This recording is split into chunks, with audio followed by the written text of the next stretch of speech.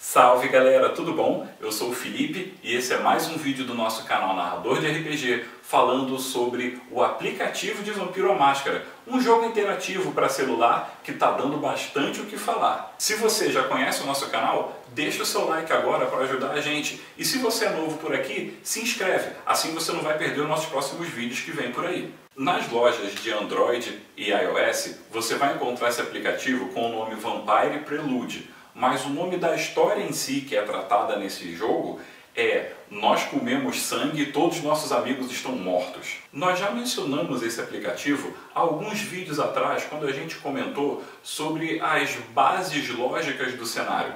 E bem, esse aplicativo traz uma degustação de como vai estar o cenário na quinta edição de Vampiro e também é uma história interativa, tipo um livro-jogo, bem interessante e bem inovador. Esse aplicativo também faz parte do novo esforço da White Wolf em ter várias mídias ligadas ao Vampire, não só os livros, mas games também em outras plataformas, e esse é o primeiro delas. Você já deve ter ouvido falar de alguns livros que, para contar a história, usam diários ou cartas, assim como o Drácula de Bram Stoker, por exemplo. A história contada no Vampire Prelude é contada através de mensagens de texto de celular. Isso já cria uma narrativa bem diferente e muito ligada a um climão mais atual. Afinal, o foco da história é um grupo de vampiros anarquistas. A história começa com uma troca de mensagens entre você e a sua amiga Izzy. Nessa conversa, os personagens debatem a festa muito louca que eles foram na noite anterior e como que depois de interagir com um certo personagem nessa festa, eles ficaram diferentes, sentindo uma fome muito estranha, afetados pela luz do sol. Tem uma frase no jogo que fala: "Pô, o céu tá machucando". A narrativa começa com os dois personagens trocando informações e tentando entender o que está acontecendo. Muitas vezes, o jogo permite que você escolha uma série de opções de qual vai ser a mensagem que você vai enviar. E através dessas mensagens, ele vai construindo a narrativa que vai se formando a partir das suas decisões. Com o avanço da narrativa, vão aparecendo novas mensagens, ou seja, novos contatos vão se comunicando com o personagem e mais opções vão aparecendo e assim a história vai se construindo. Por exemplo, num determinado momento, um contato sugere que você investigue um determinado lugar do jogo. Você tem a opção de duas mensagens para falar. "Ah, eu vou entrar pela janela", ou "Pô, vou entrar pela porta da frente".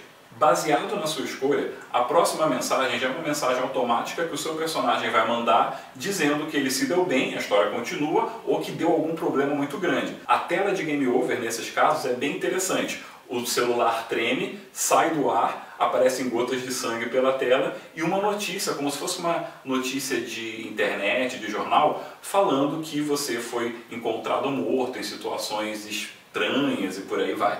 O bacana é que, como o formato é todo torpedo, mensagens de texto, existem elementos que contam a história e você precisa ficar ligado, como por exemplo o horário em que as mensagens estão sendo mandadas. Inclusive cenas de combate são resolvidas dessa forma. Tem uma cena, por exemplo, em que o seu personagem está descrevendo para um outro contato dele que ele encontrou com um dos vilões da trama e que ele atacou. E aí você tem 3 mensagens para escolher contando como que foi esse ataque. Dependendo da sua escolha, as próximas mensagens vão ser você dizendo: "E aí quando eu acertei ele aconteceu isso, isso e isso", e a história continua. Como você pode fazer uma escolha que a resposta em sequência vai ser: "Mas quando eu fiz isso eu já vi que não ia dar certo", e aí começa a descrever como o combate deu errado, a tela fica preta e game over. Nesse aplicativo não existem muitas mecânicas do jogo em si. Combate, geração, humanidade, nada disso aparece nesse aplicativo. É tudo resolvido na base da narrativa. E cara, que narrativa! Conforme a aventura vai prosseguindo, as coisas vão ficando gradativamente mais tensas, mais malucas e mais punk rock. É bem a cara dos anarquistas. Alternando entre momentos de horror bem grotesco e outros de humor negro muito bacanas, o jogo vai ficando acelerado, mantém um ritmo legal de história e é uma degustação bem bacana do clima do cenário na quinta edição. Alguns elementos que a gente já discutiu em vídeos passados aparecem bem nitidamente nessa história. Sem dar muitos spoilers sobre esse jogo específico, a gente percebe a Camarilla extremamente agressiva e incisiva, um clima de paranoia desesperador, onde tudo em qualquer momento pode vir na sua cabeça, um grupo de anarquistas bem desgovernado, sem lei, sem limite, usando isso tanto para o bem como para o mal deles próprios. E, de maneira geral, um texto que mostra atitudes inconsequentes, bastante violência, aventura no ponto certo e outros elementos que fazem essa narrativa merecer ser jogada. Mas isso não livra ela de certas polêmicas. Vale a pena deixar um aviso aqui, galera. A história de Vampire Prelude é bem interessante, mas ela toca em certos elementos que para algumas pessoas podem soar polêmicos ou sensíveis ou até mesmo ofensivos. De novo, sem dar muitos spoilers, a gente tem uma vampira no grupo que é uma mulher trans, uma cena em que um antagonista cozinha um grupo de humanos no caldeirão, algumas cenas envolvendo mortes bem brutais, bem violentas, e algumas delas têm arte, pintura, um pouco até abstrato, mas que passa uma ideia bem grotesca da cena do assassinato, que envolve desmembramento e por aí vai. Não é novidade nenhuma que a White Wolf sempre opta por colocar temas maduros nos seus produtos, e como foi dito na palestra de lançamento do quinta edição, esses temas não aparecem gratuitamente só para causar o choque pelo choque. Eles têm um lugar na história, eles constroem uma narrativa e não estão ali gratuitamente. Mesmo assim, algumas pessoas não levaram isso muito numa boa. E essa polêmica toda já começa pelo autor, o Zack Smith, ou também conhecido como Zack Sabbath. Para analisarmos mais profundamente o We Eat Blood, vamos falar um pouco dos artistas envolvidos nele, começando pelo Zack Sabbath. Zack é o principal escritor da história e do texto desse jogo. Ele também já escreveu para jogos de fantasia clássica e sites de RPG.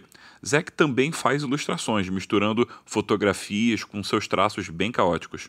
Seu currículo em belas artes não para aí não. Ele também já atuou em filmes pornôs e possui vários contatos na indústria de filmes adultos. E é daí que surgem as primeiras polêmicas. Zack criou um seriado na internet chamado I Hit It With My Ex. O programa é basicamente ele mestrando D&D para outras atrizes pornôs que ele conhece, e incluindo algumas bem famosinhas, como a Mandy Morbid e a Sasha Grey. Algumas pessoas na internet criticaram o programa, dizendo que era uma forma apelativa e forçada de divulgar o RPG, e aí começa uma longa história do Zack e seus fãs entrando em altas tretas virtuais. Algumas pessoas consideram o cara um troll bem agressivo e acusam ele de incitar seus fãs a perturbarem e perseguirem seus desafetos de internet. Por isso, teve até gente que criticou a White Wolf por colocar ele no time desse jogo, alegando que ele também seria machista e transfóbico. Entretanto, boa parte da arte de We Eat Blood é assinada pela desenhista e roteirista Sarah Horrocks. Ela também colaborou um pouco com o texto desse jogo e disse na internet que Zack não é o vilão que dizem ser.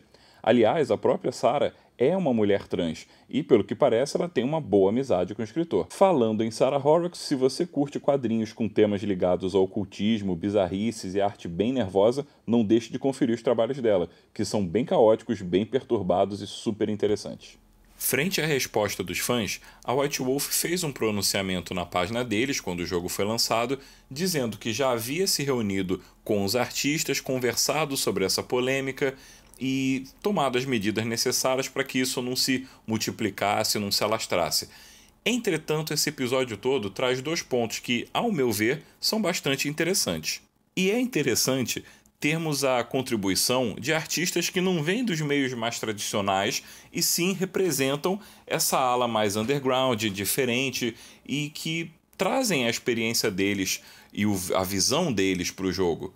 E, em segundo lugar, independente de quem tem razão nessa discussão, é muito legal que esse tema entrou em pauta. Discutiu-se muito, tanto em fóruns de internet como em grupos de Facebook, questões como inclusão nos jogos de RPG, qual é o limite do comportamento com atitude para o comportamento tóxico e outros assuntos que, no fim das contas, acabam enriquecendo a comunidade de maneira geral.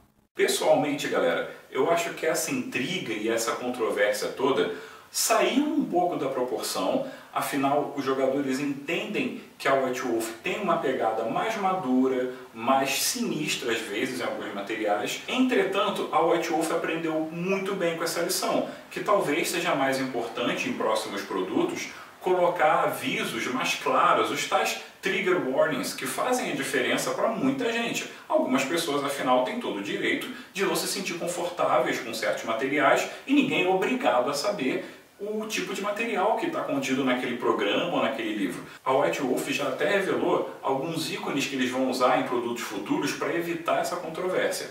De maneira geral, eu acredito que essa controvérsia seja muito secundária à qualidade do produto que a gente tem. A arte visual é interessante, as músicas, que não chegam a ser faixas inteiras, mas pequenos pedaços para dar clima no jogo, são excelentes, a história é bacana, gostosa de ler.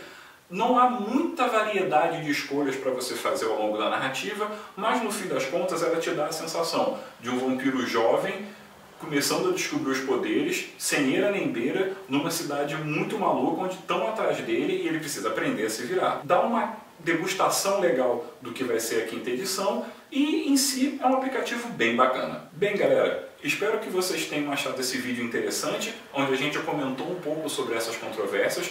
Gostaria de ouvir a opinião de vocês sobre isso tudo e, principalmente, saber se vocês gostaram desse aplicativo. Vale lembrar que o Vampire Prelude está todo em inglês e não tem muitos sinais dele ser traduzido ainda. Bem, galera, se você gostou desse vídeo e das curiosidades que a gente desenterrou aqui, não esquece de deixar o seu like, contribui com o nosso canal se inscrevendo, para você também ficar atento aos próximos vídeos que vem por aí, falando sobre card game, dicas de narrador, como construir um cenário e outros tópicos. A gente se vê no próximo vídeo, galera. Até lá!